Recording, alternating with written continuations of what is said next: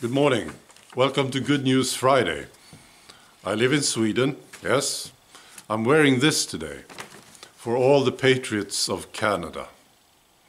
All right. So, I'm excited about what's happening. I am. This huge movement of people joining in, speaking up, uniting, saying we don't want globalism. We want nations. Go fuck yourselves. It's brilliant and it's beautiful. Yeah, I want to start with a quote from one of my favorite politicians in Europe, Marine LePen of France. This is what she said in a speech. Without the nations, Europe does not exist. The technostructure that represents the European Union, elected by person, and who does not defend any citizens or any people, we do not want anymore. On May 26th, the French will have the opportunity to choose. We are in front of a huge change possible. Do we save Europe by turning the back to the European Union? It's brilliant. All right, and they are scared, the globalists. Absolutely, they are shitting themselves. Guy Verhofstadt, you know, this asshole in Brussels, him and others, they are talking about this alliance that the populists are now forming. It's growing very quickly. And he says that this is not possible. They cannot possibly agree with each other. They can't form an alliance in the European Parliament. Yeah. Yeah. You know, this is like the little kid saying to his mother, the little fat kid. He says to his mother, "You cannot possibly hide the cookies from me, mother. You can't hide them." Yeah. And I want to talk about Nigel Farage again. I know some of you guys are offended by Nigel Farage, and I understand, all right. But he's now launching this new party. It's called Brexit Party. Just imagine, this is the name of the party, with one issue.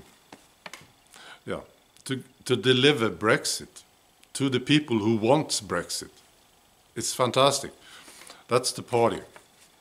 But it's really, and this is what he says, it's a war against the establishment.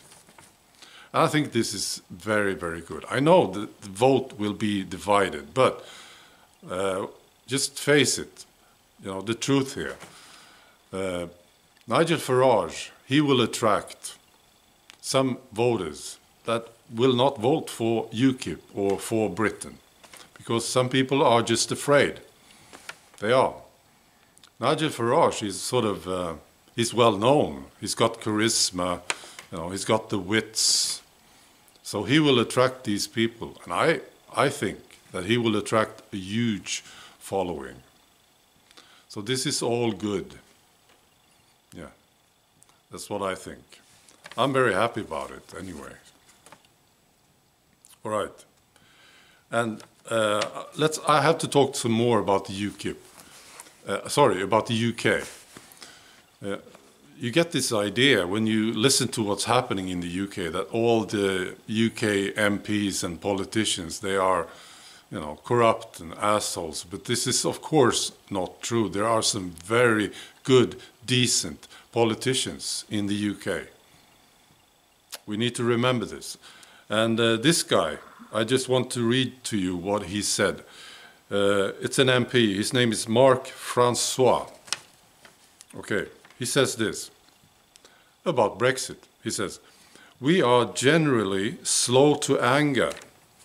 Not for us, the donning of yellow jackets and setting fire to Oxford Street.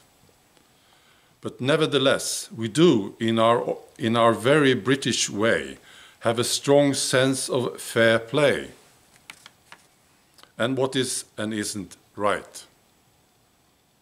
And I believe that the British people are growing increasingly angry at attempts by some of their own government in cahoots with those in Parliament and the European Union to essentially keep us in against our will.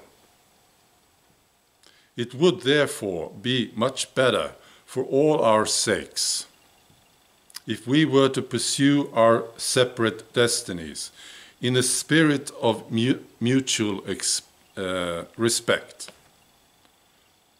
Yeah, it's very good. Yeah, and I understand this. You know, this is what I think is typically British.